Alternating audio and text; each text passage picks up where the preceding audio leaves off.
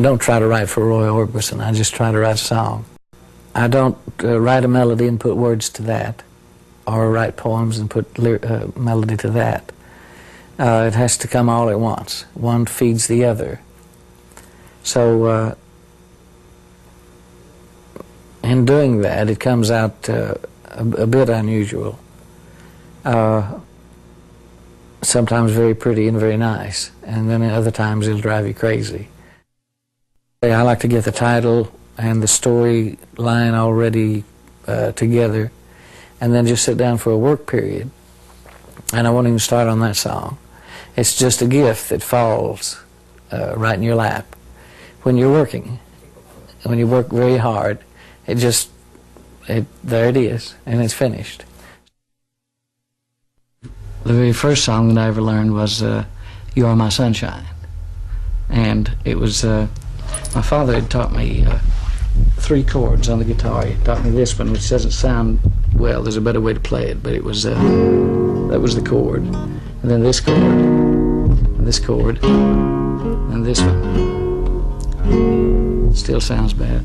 Anyway, the way I was taught to play and sing was, he said, sing, you're my sunshine, my only sunshine. He said, now when you get to happy, you have to change keys. So I'd say, you make me, I'd get up to here, happy. He'd say, when you get to gray, you have to change again. When skies are gray, you'll never, and he said, when you get to no, you'll have to go back. No, dear, how much and he said, on love, go back again. Love you, please don't take. And he said, go on sunshine, you go to D. My sunshine away. So I still play it and sing it badly like I did then. A lot of times an artist will write a song in his sleep, and I've done it 2 or 3 times and lost every one of them the next morning except one particular song. As I was falling asleep, I wrote just lyrically, which I've never done before or since, the introduction to In Dreams. And the part that I got was, I was just about to go to sleep, and the part was a candy-colored clown they call the Sandman tiptoes to my room every night, just to sprinkle stardust and to whisper, go to sleep, everything is all right. And then I jumped to the ending because I knew I was going to sleep. I said, too bad all these things can only happen in my dreams, in beautiful dreams. I went to sleep, got up the next morning, and this is the guitar I used, and so I said, okay, how do we proceed here? And I already had the lyric, and it was just the first chord I hit. It's just natural to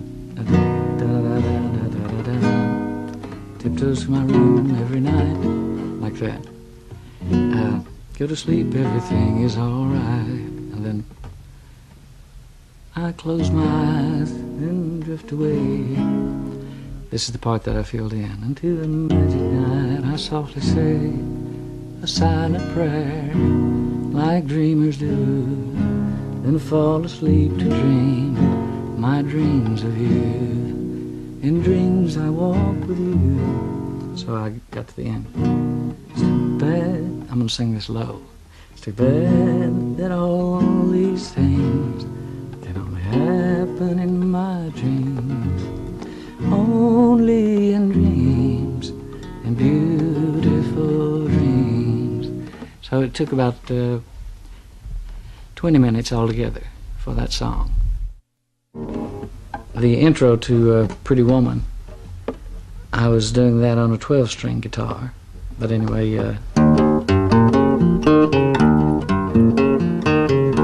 so I started to play that again after we'd written it. It took about 30 minutes again. And and there was a mental block. And I said, say, that would be great to start the song off with. That would be great. So I did it again. And then, and on like that.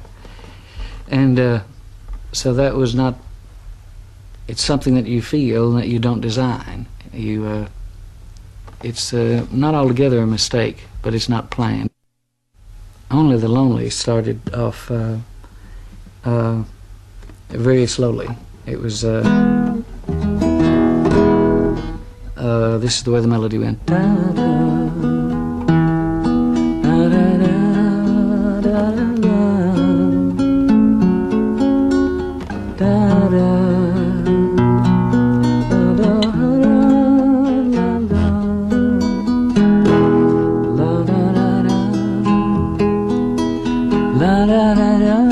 So that's the way that was started. And it had different titles. We would ring the record owner, the fellow who owned the record company, we'd ring him up and say, we have this song called so-and-so. And he said, no, that's no good, it's just been out.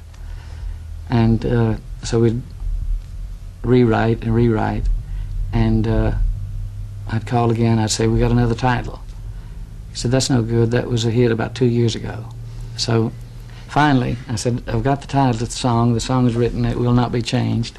And it's only the lonely, I said. And he said, okay. Like I say, if I find myself writing for myself. And in fact, on Running Scared, the end of that song was meant to be sung in falsetto. In other words, that's a weak part of your voice that's very high. And we were doing the recording of it, and when I got to the end of it, I sang falsetto because I didn't know how high or low I could sing, or I just wrote the songs. And the engineer said, if you can't sing the last part a little bit louder, then we're going to lose the record. And that embarrassed me. So I said, well, let's run it by one more time. So I nearly blew the microphone away when I did the next take, and they said, that's it, we've got it, because there were 30 people in the studio. We had a different song with this vocal figure in it. Dum, dum, dum, dum, oh, yeah, yeah, yeah. Whoa, whoa, whoa, whoa. Come back to me, my love, was the song. Come back to me. So we presented the two songs, Only the Lonely and Come Back to Me. And the record owner said, boy, I love that little thing you're doing, that dum dum dum dum. He said, put that with Only the Lonely. And so we said, okay. And so all we did was dum dum dum dum dum. Oh, oh, oh, only the lonely, only the lonely. And as we were singing it, Joe sang the back, and it just came out, only the lonely, dum dum dum dum, underneath. So there again, not something that wasn't planned, but was created and put together, and both things sounded nice. When I graduated from Wink High School, I wanted to go to college, and we didn't make a lot of money. We had played for these dances, but we didn't make a great deal of money. So we all decided to get jobs, me and my group. And we started working for El Paso Natural Gas Company, 16 hours a day, 7 days a week. So we had enough time to go home and just go to sleep. When I say 16 hours a day, it was 12 hours a day and 4 hours of playing at a club. And so we were chopping weeds was what we were doing. The other guys in the group got to paint, started painting. I told the boss about it. I said, I'd like to be a painter too. And he said, well, here's you a new can of paint, a new brush. He said, you see that water tower up there? I said, yes, sir. He said, go paint it. So I didn't like him very much. I guess all bosses are that way, but when I started singing and playing professionally, I just recalled all of those days. I didn't last very long, about 4 or 5 weeks. Got enough money to go to the University of North Texas for the tuition, I think. But working for the man is a true story, except, you know, they said stay away from the water can. And he had another expression. I said, don't relax, I want elbows and backs and all that, working for the man. And in the story of working for the man, I say the boss man's daughter brings me water every time her daddy's down the line. But that was just a thought I had while I was working in the hot sun. I said, boy, if he had a daughter and I married her, then I would own the company and then I'd be in good shape. But that was untrue, but I thought about it. But the rest of the story is true, and it was just a recollection of, I was going to say a collection of my memories of that period, which were distasteful at times, but after it was over, it was a good experience. So, but I hadn't planned on doing labor anyway. I had planned on being an artist. A song like It's Over, for instance, Bill Dees was my co-writer on that, and he had a song, a different song. I've forgotten about it, but he sang it for me, and in that song there was one line. It said, "Golden days before they end," and I said, "Hang on just a second," you know. So it was golden days before they end, whisper secrets to the wind. Oh, baby, won't be near you anymore. So that was the song itself altogether, once the melody was there.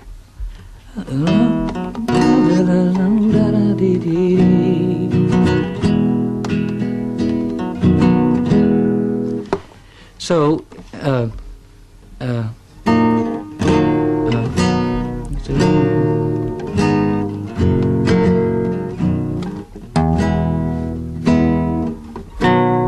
it's over.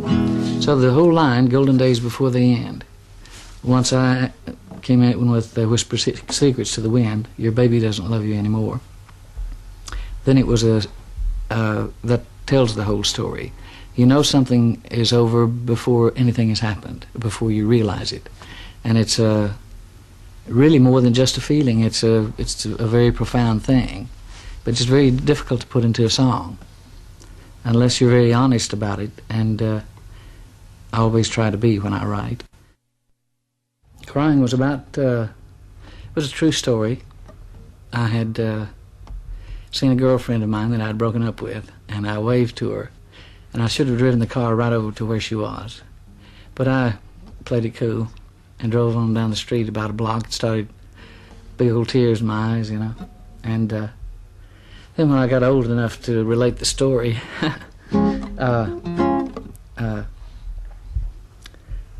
the thought was that I was all right for a while till you made contact again, till you either saw her or she called you on the phone or whatever.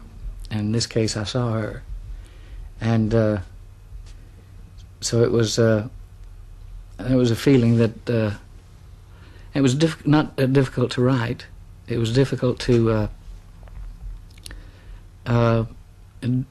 conjure that song up. That was it's a totally true song, because when that song came out, I don't think anyone had in recent years had accepted the fact that a man should be able to cry when he wants to cry. And that didn't bother me professionally, and evidently it didn't bother me at all. But that's why, if I seem a little nervous when I play in the writing room, it's because I'm not alone. And these songs are such a part of me that you're aware of everything and everything around you. And but in the case of crying, for instance, it was not constructed melodically like any other song, because the lyric, I was all right for a while, I could smile for a while. I saw you last night, you held my hand so tight as you stopped to say hello. You wished me well, you couldn't tell that I'd been crying. So melodically, I can't do that without singing it, really, because melodically, it followed what I was playing. I was all right for a while, I could smile for a while, but I saw you last night, you held my hand so tight as you stopped to say hello. You wished me well, you couldn't tell that I'd been crying. like that. So, still nervous.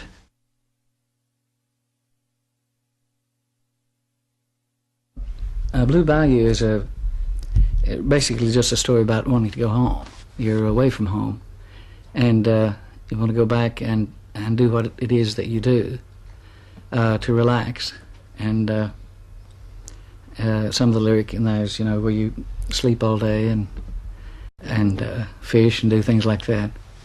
It's a semi-mythical place, but I've been to places like Blue Bayou before, and it was tenderly written and doesn't have a great deal of emotion, because probably, like I say, I never analyzed these or never set them up. It was written with sort of a light touch, because I think if you thought too much about going back home, that's where you go. You just head straight back. And but serious enough to let it be known that that's where you wanted to be. I did a song called Hound Dog Man as a tribute to Elvis, but it was a year or two after his death, because I didn't want anybody to think that I was doing anything improper. And it was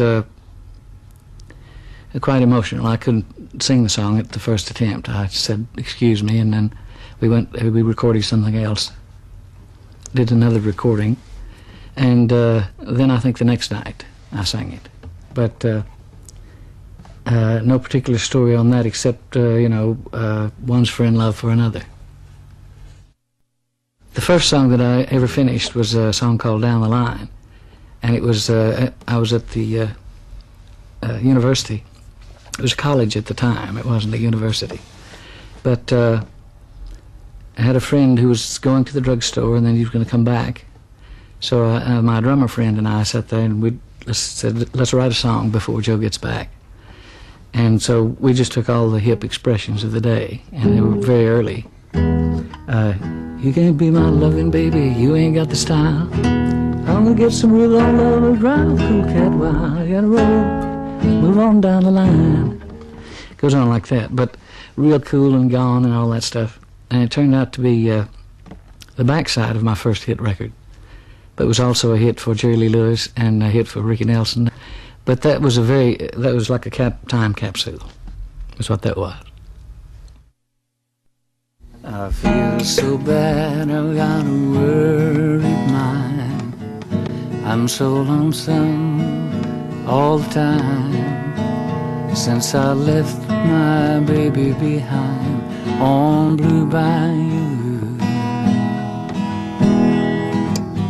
Saving nickels, saving dimes, working till the sun don't shine, looking forward to happier times on Blue Bayou.